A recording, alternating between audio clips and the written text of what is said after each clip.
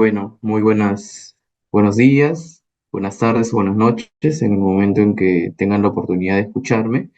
Les saluda Jorge Vázquez, soy asociado del área de Criminal Compliance y White Collar Crime del estudio DLA Piper Perú. En esta oportunidad tengo la oportunidad de dirigirme a ustedes en atención a una gentil invitación que nos ha realizado IDEN a través de Ricardo Acosta y de Alejandro Maldonado, correcto, quienes realizan una labor bastante loable. Entonces, nosotros veíamos importante aportar con la labor que vienen realizando y en esta oportunidad nuestro aporte se va a traducir en una pequeña exposición por mi parte y también escucharán durante las diferentes sesiones a los demás miembros del estudio, ¿correcto? Que le van a tratar de temas sumamente interesantes, todos vinculados con el derecho penal empresarial. Bueno, sin más preámbulo, voy a pasar a exponer. Espero que algunas cuestiones que les indique les resulten sumamente atractivas o por lo menos, correcto, le genere preguntas y dudas. El tema que voy a tratar lo he titulado El delito de lavado de activos y sus problemas prácticos. Empezamos, como de forma clásica se inicia en cualquier manual cuando se intenta analizar un tipo penal, por la parte objetiva, tipicidad objetiva. Este tipo penal puede ser cometido respecto al sujeto activo por cualquier persona. No requiere que una persona tenga una cualidad especial, ¿correcto? Entonces lo puede cometer un empresario, un funcionario público, un transeúnte de a pie, así como una persona que tenga un gran poder adquisitivo o un poder adquisitivo medio o un poder adquisitivo bajo. Cualquier persona. No hace distinción este tipo penal. El sujeto pasivo, correcto, se entiende que es el Estado. Esto en atención propiamente a los bienes jurídicos que se protegen.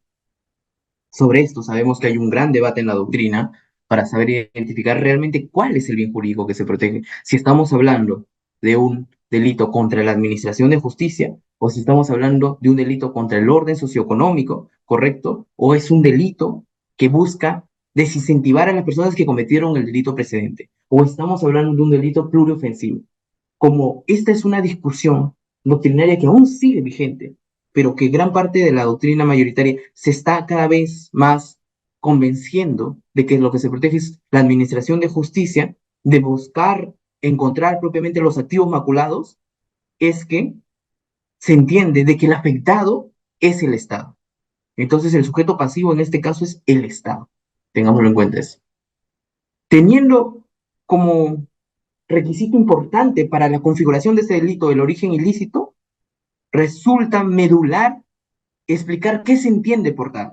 Nuestra Corte Suprema, en la sentencia plenaria 1-2017, sentencia plenaria que nació en atención a un conflicto entre dos casaciones, dos posiciones distintas entre la sala penal permanente y la sala penal transitoria de nuestra Corte Suprema, correcto, indica que el origen ilícito es un elemento normativo del tipo. Es decir, que para que se configure el delito de lavado de activos, debe demostrarse que hubo un origen ilícito de los activos maculados que se lavaron.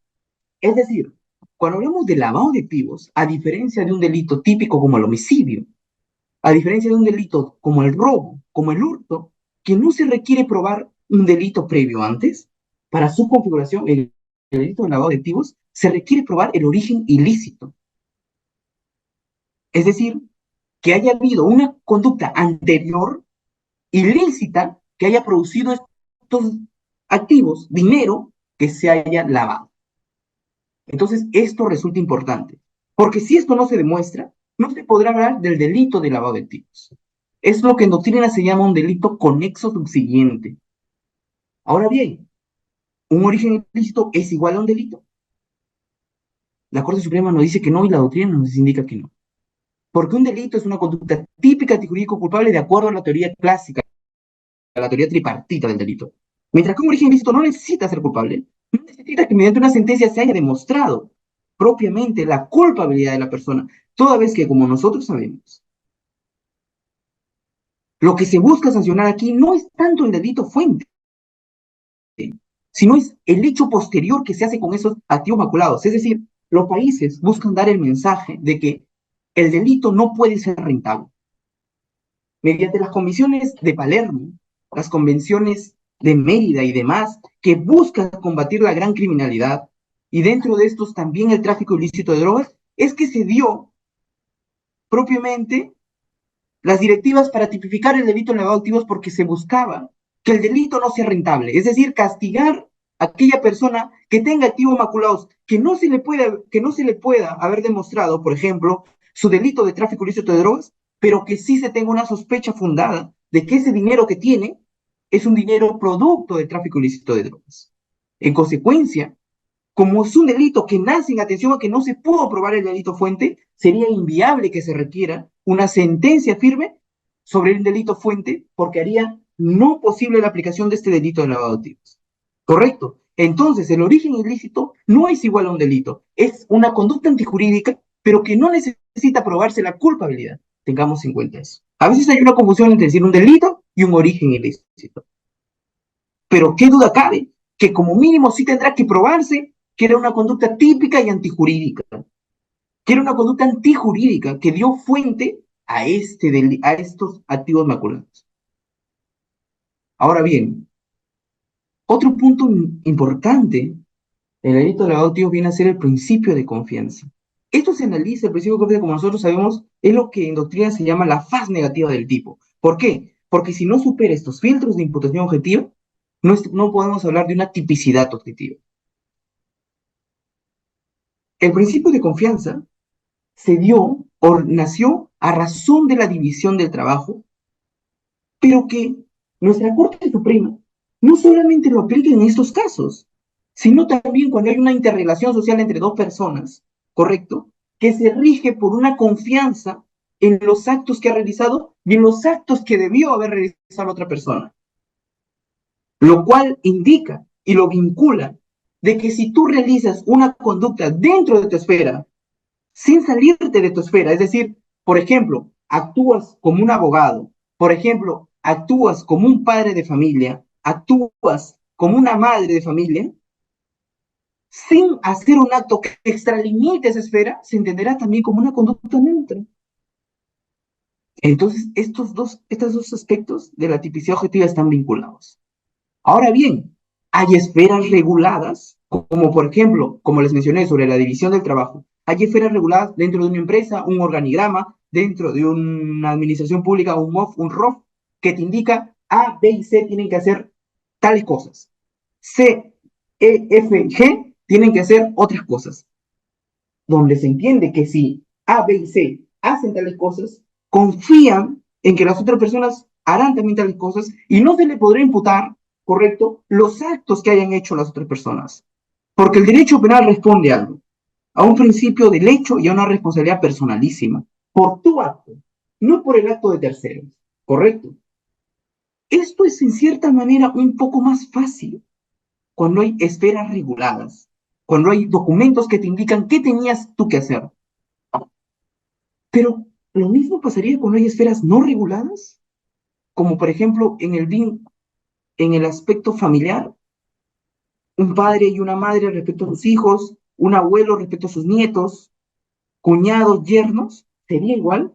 Los invito a que revisen en su momento la casación número 86-2021 Lima, en donde se resuelve mediante la conducta neutra del principio de confianza, es decir, que no habría superado el riesgo permitido la conducta de esa señora, es el caso conocido como Costalba, la esposa del señor Costalba, al momento de haber recibido dinero, correcto, dinero, y también se vincula en el caso del señor Costalba, que no habría superado el riesgo permitido, toda vez de que habría confiado que ese dinero que le daba a su esposo, en el marco de este vínculo familiar que tenía, era de origen lícito, y que no podía inferir, no podía saber, ¿correcto?, que hubiera sido producto de un acto ilícito, de una coima, de un soborno, teniendo en cuenta que el señor Costa Alba te, tenía la condición de abogado y bajo su ejercicio profesional había realizado actos delictivos para agenciarse de dinero. Y que una vez que se agenció de dinero por parte de la administración pública, empezó a darle a su familia. Entonces su esposa dijo, yo no podía saber ni presumir de que esto tenía un origen ilícito. ¿Correcto? Y la Corte Suprema indicó, efectivamente, nos regimos por un principio de confianza en las esferas familiares. Y uno no puede estar pensando que el dinero que recibe, ¿correcto?, puede tener fuente ilícita.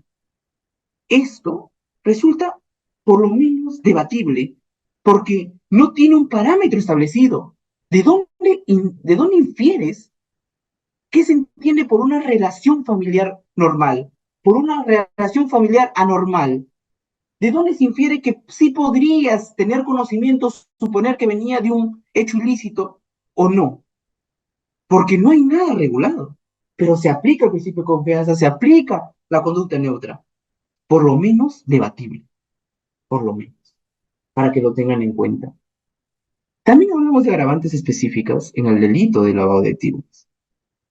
Si bien es cierto, sabemos que en la parte de agravantes específicas se hablan en la parte, específicamente cuando se dosifica la pena, me permito mencionarlo en este punto.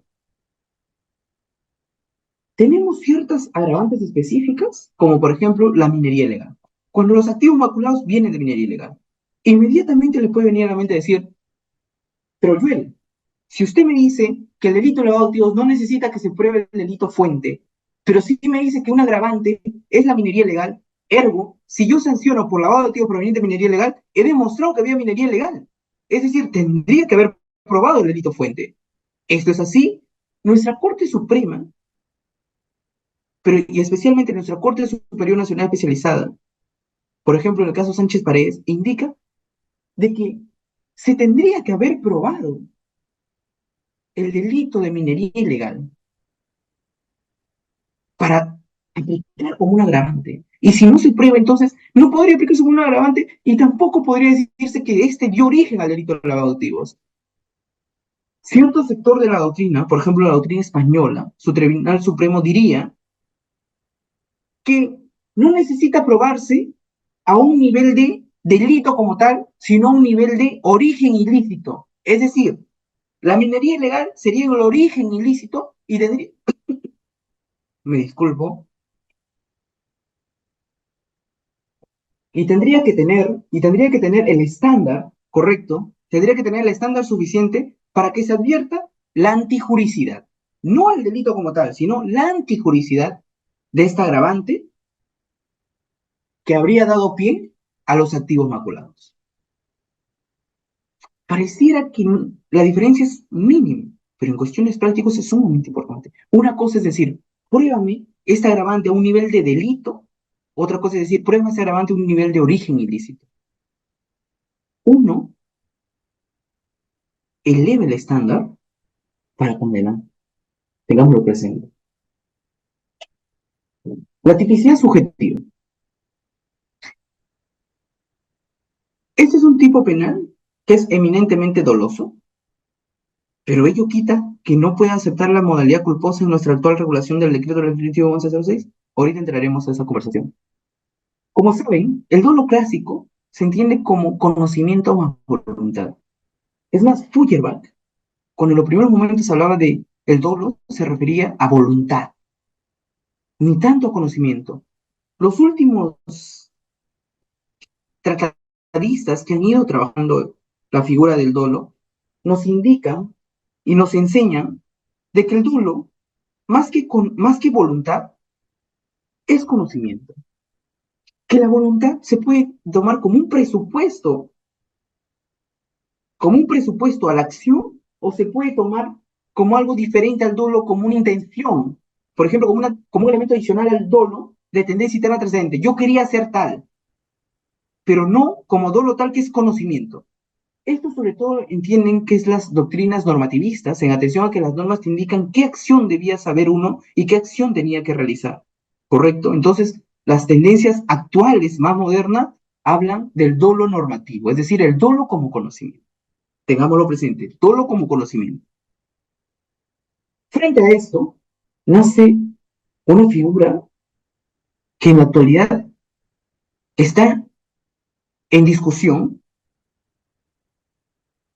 y que ha sido aplicado por algunos tribunales, como por ejemplo el Tribunal Supremo Español, en el caso Messi, este caso tan conocido allá en España y emblemático. La ignorancia deliberada nos viene a hablar de una suerte de dolo sin conocimiento, ¿correcto? No algo que no es dolo, sino un dolo sin conocimiento. Ojo. Y nos dice en ciertos casos, esta no es la regla, sino que La doctrina nos indica, en ciertos casos se puede presentar un dolo sin conocimiento, no una imprudencia, sino un dolo sin conocimiento. Por ejemplo, en el caso de que una persona se ponga en una situación de error de forma intencional. Es decir, pongamos el ejemplo. Nosotros sabemos que de tal dirección electrónica siempre llegan multas de tránsito y demás. Nosotros sabemos que en nuestro sistema nos regimos por un sistema de puntos respecto a la licencia. Si nos restan cierta cantidad de puntos, perderemos la calidad de poder de tener la licencia, de ser aptos para conducir. ¿No es cierto? Entonces, digamos que existe un delito de conducir sin licencia. Y yo, sabiendo que de tal dirección me llegan correos comunicándome que me han disminuido tanta cantidad de puntos, lo pongo ese correo para bloquearlo o coloco de que todos los mensajes que me lleguen de tal dirección electrónica vayan directamente al spam. Porque yo no quiero tener conocimiento de lo que me vaya a llegar, pese a que sé que soy un conductor totalmente imprudente y demás, que siempre infrinjo las normas.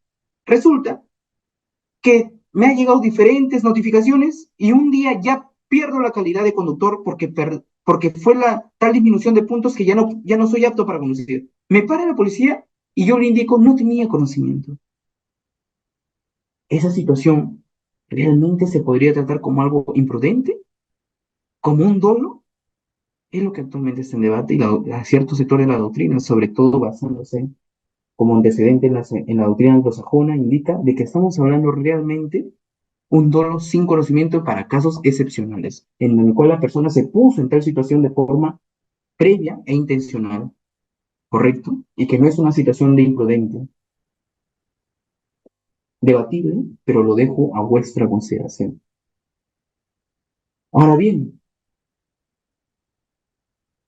también resulta importante hablar de la prueba del dolo. Nosotros siempre hemos dicho que el dolo se prueba, que uno tiene que probar. Pero ¿qué es lo que tiene que probar?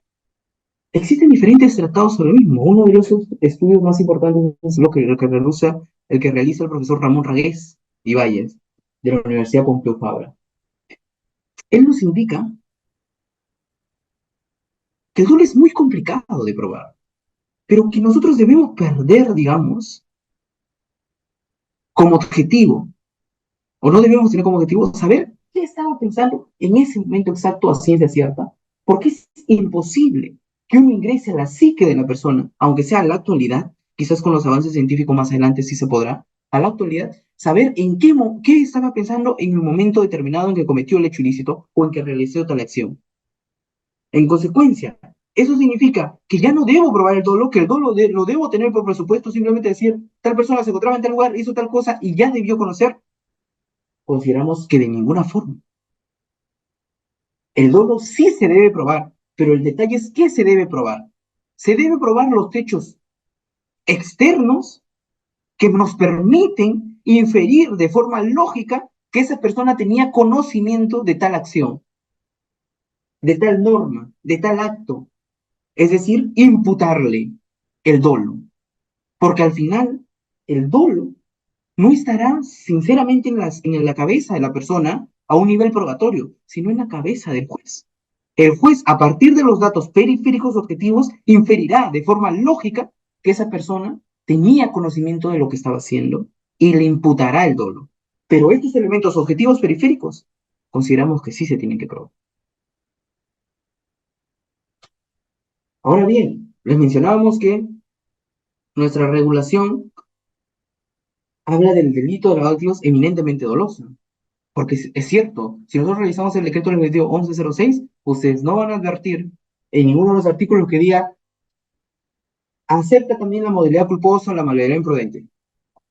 Y inmediatamente podrán revisar y decir, bueno, pero el artículo 12 del Código Penal me indica, el artículo 12 del Código Penal me precisa.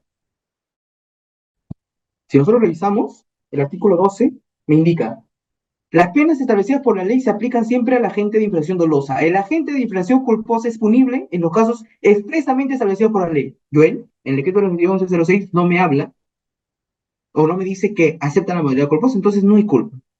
Revisemos eso. Este es un argumento, por ejemplo, que podría tenerse en cuenta para descartar la modalidad dolosa. la modalidad culposa, diré. También otro argumento podría ser, no existe diferencia en las penas. Yo siempre he entendido que cuando hay una modalidad culposa, como el reproche es menor, correcto, entonces la pena siempre se disminuye, pero acá es la misma, entonces no hay modalidad culposa. Pero, ¿realmente eso es así? Para esto tendríamos que sentar algunas bases. Si nosotros somos de la postura que el dolo es conocimiento, correcto, el dolo es conocimiento,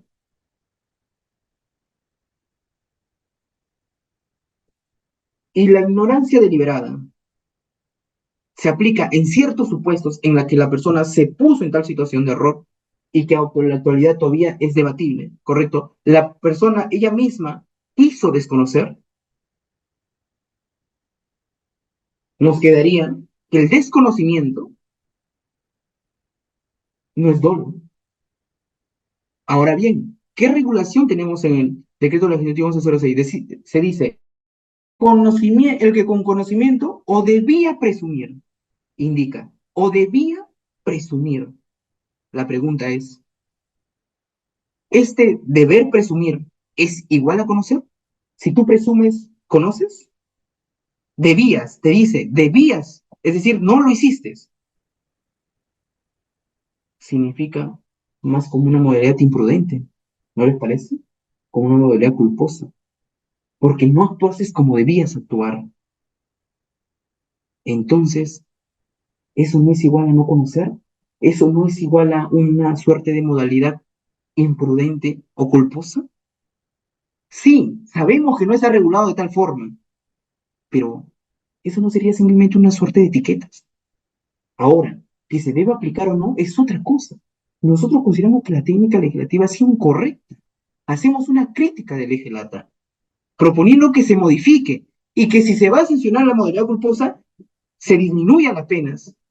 Para evitar cualquier problema también con la sistematicidad, se indique de forma expresa. Pero nosotros consideramos que el debía presumir es una modalidad culposa, que no debe aplicarse estas, por esa falta de proporcionalidad, es una cosa diferente. Que se debe hacerse una modificación legislativa en ese aspecto, pero lo que resulta incorrecto decir debía presumir es igual al dolo, porque no es conocimiento y no, incluso, no podría encajar en esas situaciones de ignorancia deliberada, que actualmente es debatible, pero que te habla el no tuvo conocimiento porque se puso en esa situación. Tengámoslo en cuenta ahí. Bien, dicho esto, quiero entrar a una cuestión que es bastante interesante, que considero bastante interesante. El rol del abogado frente al delito de lavado de activos. Lo hablo como un abogado litigante, correcto, así que considero que puedo dar algunas apreciaciones sobre este tópico. La primera pregunta que me planteo y que quisiera compartir con ustedes algunas reflexiones es, ¿el abogado defensor puede aceptar dinero maculado como pago de sus honorarios? Si nosotros revisamos un poco de doctrina, por ejemplo, en cuestiones tributarias, veremos que hay posturas, ¿no es cierto? Hay posturas que dicen, el dinero maculado no debe ser tributado. Otra postura que dicen, al Estado le importa la generación de ganancias, no tanto si esta fue de origen lícito o de origen ilícito. Entonces sí se debe tributar. Pero el hecho de que se tribute no significa de que el Estado lo esté lavando o le esté dando una apariencia de licitud. Ojo con eso. Entonces, existen posturas que indican el origen ilícito es importante, el origen ilícito no es tan importante para cuestiones estrictamente monetarias. Entonces, el abogado podría decir eso quizás de, bueno, si es ilícito no tiene mayor relevancia porque yo lo que estoy haciendo es cobrar mis honorarios, no estoy queriendo lavar. ¿Sería del todo correcto una tesis de defensa sumamente fuerte y pulcra? Nosotros consideramos que debemos retroceder y ver algunas algunos pasos adicionales. Debemos dejar en claro algunas cosas. Nuestra normativa del decreto legislativo número 1106, correcto, que me permito tener a la vista en este momento, en su artículo correspondiente, cuando nos habla del delito de lavado de activos, y específicamente cuando nos habla de la autonomía, su artículo 10, nos indica el lavado de activos, correcto, puede ser proveniente de actividades criminales como, y nos menciona diferentes tipos penales, y nos dice al final, o cualquier otro con capacidad de generar ganancias ilegales. Es decir, el delito de lavado de activos en nuestra normativa, específicamente el artículo 10 del decreto 2206, no indica qué actividades solamente pueden ser generadores de ganancias ilícitas y que puedan ser maculados. No lo indica. No lo pone de forma como números clausus. Hay ciertos detalles en la doctrina que indica, claro, pero anteriormente menciona algunos tipos penales: terrorismo, administración pública, secuestro, proxenetismo, trata de personas. En consecuencia, todos los delitos fuentes tienen que ser similares a esto. Pero la norma no lo indica. No lo indica de esa forma. Entonces no podría ser un impedimento normativo, ¿correcto? Procesar por un delito, por ejemplo, que no esté especificado acá o que no tenga cierta característica como el robo, por ejemplo. Criticable que pueda procesarse por una cantidad mínima, nimia, que no afecte el bien jurídico protegido, sí, pero de facto que se puede hacer, consideramos que sí se puede hacer. Entonces, el abogado defensor que está especializado solamente en delitos comunes podría decir, bueno, mis clientes no son de la gran criminalidad, no realizan delitos de gran criminalidad, solamente realizan robo, receptación, otro delito patrimonial. Entonces, lo que yo puedo presumir que todo lo que ellos me dan no va a ser pasible de delito de lavado de activos. ¿Sería correcto eso? Consideramos que no. O que digan, solamente de eso se deben preocupar los estudios corporativos que tienen esos grandes clientes que realizan, digamos que, actos ilícitos que involucran a la administración pública y demás, y nosotros no. Nosotros consideramos que ambos deben estar atentos a los posibles actos de lavado de activos. Y para eso consideramos importante que antes de recibir los honorarios, también se debe realizar como mínimo un due diligence en la medida de ver las formas de que pasen por ciertos filtros antes de que ingrese a su esfera de dominio. Por ejemplo, indicar que el depósito se realice mediante una cuenta bancaria, no en efectivo, correcto. Precisar que si estamos hablando de un delito, por ejemplo, de narcotráfico, nuestro cliente, y hay unas cuentas involucradas, solicitar quizás en ciudad dinero provenga de una cuenta distinta en la cual se pueda tener una presunción de licitud, que si bien es cierto, durante la investigación también hay una presunción de licitud, pero ya hay una apariencia también de algo delictivo que está haciendo en materia de investigación, preferible solicitar que sea de una cuenta distinta. Entonces, consideramos que el due diligence que pueda realizar el abogado es sumamente importante. No en una medida de decir todo dinero que reciba de las personas investigadas ya de por sí pueden considerarse como delito maculado, sino en un filtro de debida diligencia, ¿correcto? En un filtro de debida diligencia. Es más, si nosotros tendríamos en cuenta, si estaríamos en Alemania, donde, donde los altos tribunales se han pronunciado y han indicado unas restricciones mayores, ¿correcto? Porque de ellos el mensaje que emanan los altos tribunales alemanes es que las personas que tienen sospechas de actividades ilícitas no deben utilizar este dinero maculado para pagarse la mejor defensa porque ya existe la defensa de oficio. Dame ese mensaje. Entonces es un sistema mucho más restringido. Pero como mínimo, nosotros consideramos que debería haber una mínima diligencia al momento de recibir los honorarios cuando hay actos que se están investigando que son presuntamente generadores de ganancias que pueden ser lavadas. ¿Correcto? Eso es importante.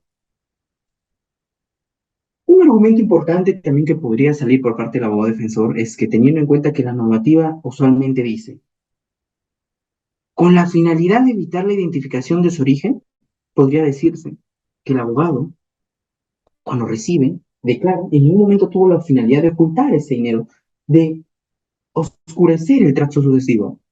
Ergo no tuvo la finalidad de realizar lavado de activos. Sin duda, ese sería un argumento desde mi perspectiva fuerte, importante, pero los anteriores también coadyuvan, no restan, para evitar cualquier posible investigación por algún acto de lavado de activos que pueda involucrar al abogado. ¿Correcto? Ahora bien, ¿el abogado puede ser procesado por lavado de activos, ¿sí? O el abogado, como a veces se dice, uno puede hacer todo por su cliente. El abogado está permitido hacer todo por su cliente. Nosotros nos permitimos hacer algunas afirmaciones tomando como referencia los pronunciamientos de los altos tribunales de Alemania, correcto, que se entenderá que el abogado cumple con su función, con su oficio, correcto, en la medida que no sea parte del mismo. Es decir, si tú realizas actos de defensa propiamente y tú despliegas todos tus conocimientos para realizar la mejor defensa, entiéndase, llegar a un mejor acuerdo, determinación anticipada, de colaboración eficaz, presentar los mejores argumentos jurídicos de tipicidad objetiva, subjetiva, antijuricidad, culpabilidad y demás, se entenderá que no podría indicarse que si posteriormente se determina que esta persona era culpable, el abogado también participó de actos de lavado o de estos actos, porque lo único que hizo fue restringirse a su función. Similar a los casos de los médicos que atienden a terroristas. Ya sabemos ampliamente que nuestra jurisprudencia se ha pronunciado que dice que esas son conductas neutras, pero si uno se sale de esa función de médico o de abogado en este caso en concreto, sí se entenderá que es partícipe o autor del delito de lavado de activos, dependiendo del caso en concreto. Por ejemplo, uno tiene su despacho de abogados y viene una persona y le dice, mire, yo tengo $1.000.000 que no quiero declarar su origen y no quiero que aparezca mi nombre, sino quiero que aparezca el nombre de otra persona, quiero saber cuál es la mejor forma además para no pagar tributos. Yo estoy aquí, soy un domiciliado en Perú, pero quiero hacer como que no fuera un domiciliado, no quiero pagar tributos. Entiendo que el fisco peruano pide demasiados tributos, ¿cómo hacemos? Y uno le dice, ah, ya, bueno, entonces vamos a hacer lo siguiente, constituimos una empresa fachada en Panamá, con domicilio fiscal en Andorra, y además lo hacemos pasar por otras empresas offshore, correcto, en otros paraísos fiscales, y demás, y de esa forma hacemos que no se sepa que es tu dinero y además que no pagues impuestos. Cuando hacemos toda esa operación, ya no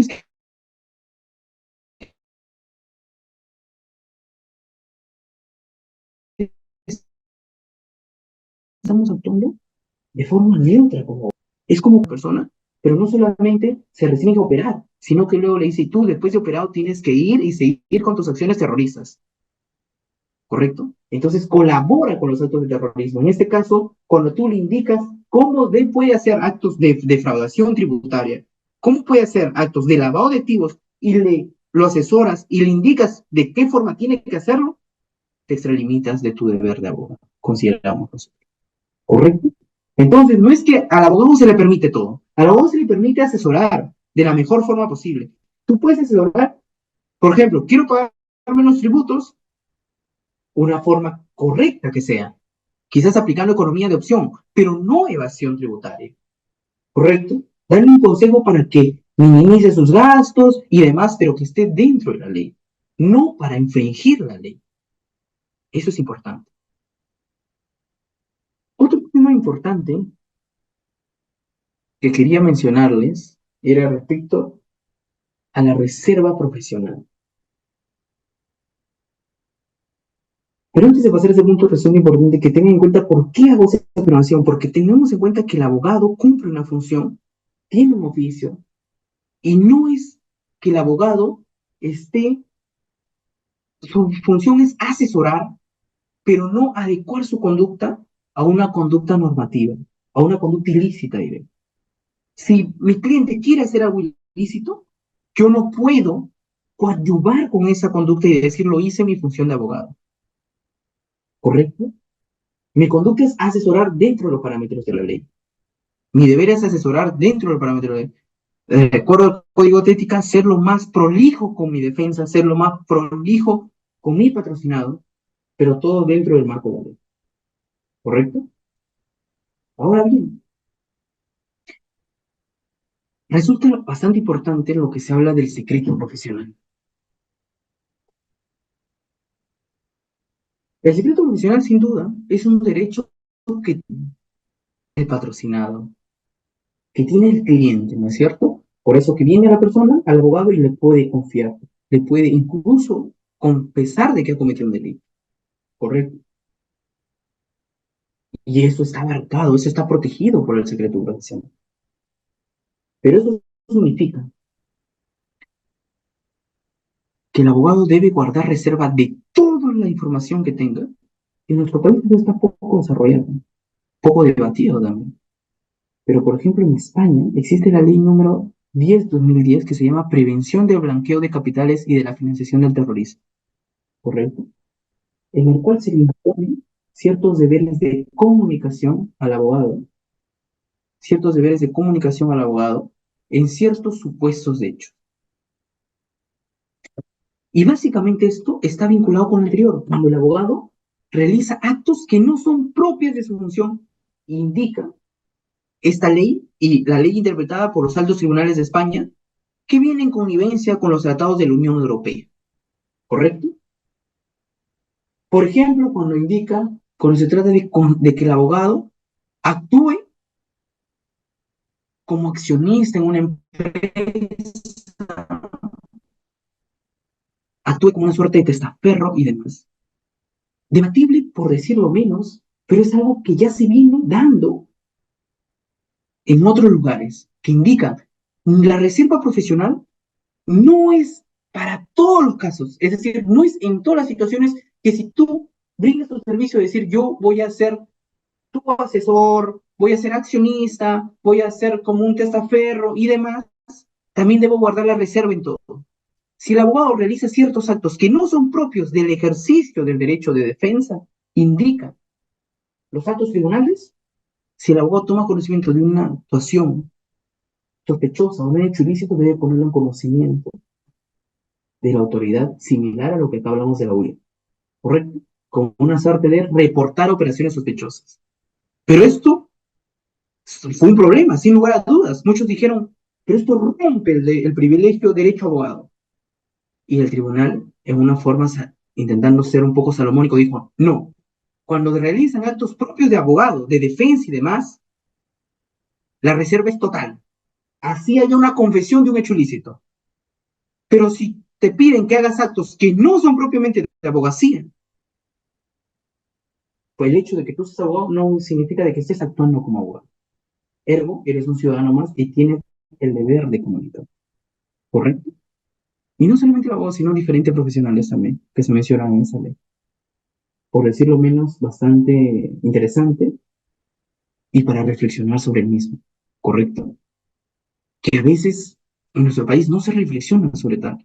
A veces se va y se allanan estudios pensando que no se afecta el derecho al secreto profesional. Ese es un extremo, por ejemplo, por parte a veces de la fiscalía. Pero por otro, se piensa que el abogado puede hacer todas las cosas y está protegido por el secreto profesional. Y no es así. El punto es buscar el justo medio. Por eso le traigo a colación esta normativa y estas interpretaciones para que empecemos, reflexionemos sobre el mismo y lo tengan en consideración. A fin de no cansarnos y de centrarnos en el plazo que se me ha dado, de cumplir con el plazo que se me ha dado, igual estas diapositivas se las voy a hacer llegar en esa oportunidad mediante los organizadores. Me permito hacerle algunos comentarios finales. La conducta neutra se evalúa en atención a las normas en concreto. En los casos de esferas no reguladas, como lo conversado, se analizará, consideramos nosotros, en atención a las máximas experiencias y a las reglas sociales que se adopten en un determinado contexto histórico. ¿Correcto? Es decir, cuando no hay algo regulado, tendrá que ir cambiando y tendrá que ir viéndose. Complicado, complicado, por decirlo menos. Pero tiene que haber alguna forma que brinde seguridad jurídica, que no puede ser en ciertos casos sí porque yo creo, y en ciertos casos no simplemente porque yo creo. Tiene que haber parámetros, consideramos nosotros, que brinde seguridad jurídica, que brinde seguridad a los justiciables, que al final y al cabo son la razón de ser de nuestros tribunales. El delito de los adoptivos acepta, consideramos nosotros, la comisión culposa por todo lo antes indicado. No obstante, no debe aplicarse por su falta de proporcionalidad en la pena, ¿correcto? No debe aplicarse tal como está redactado. Es decir, debe hacerse una modificación legislativa. Los abogados no deben acomodar sus conocimientos a conductas ilícitas, de acuerdo a lo indicado. Ello significaría superar el riesgo permitido y apartarse de su condición estrictamente de abogado. En la Unión Europea se comprende que el secreto profesional protege los actos propios de la profesión y la información que se obtenga en la ejecución de esta. Ojo, con lo anterior indicado. Entonces, con todo esto, me permito agradecerles su atención. Espero les haya resultado interesante las citas, las reflexiones. Quizás muchos no van a estar de acuerdo con lo que preciso, pero creo que la academia nos permite eso, y en este caso las ponencias también, de reflexionar, de discrepar de forma alturada, de intercambiar ideas, siempre en pro de mejorar, ¿correcto? Así que me permito en ese marco saludar nuevamente a Iden, agradecer la oportunidad, agradecer la amable invitación, que no podíamos de ninguna forma rechazar, ¿correcto? Por la labor encomiable que realizan, correcto, cualquier consulta que les pueda haber surgido y demás, les solicitamos que sean canalizados a través de los correos, de las direcciones que le van a dejar en su oportunidad IDEN, y de seguro nos lo harán llegar y mi persona muy gustosa les estará respondiendo o absolviendo las mismas. Entonces, sin más, me despido y quedo muy agradecido con todas las personas que hayan podido tener acceso a este curso.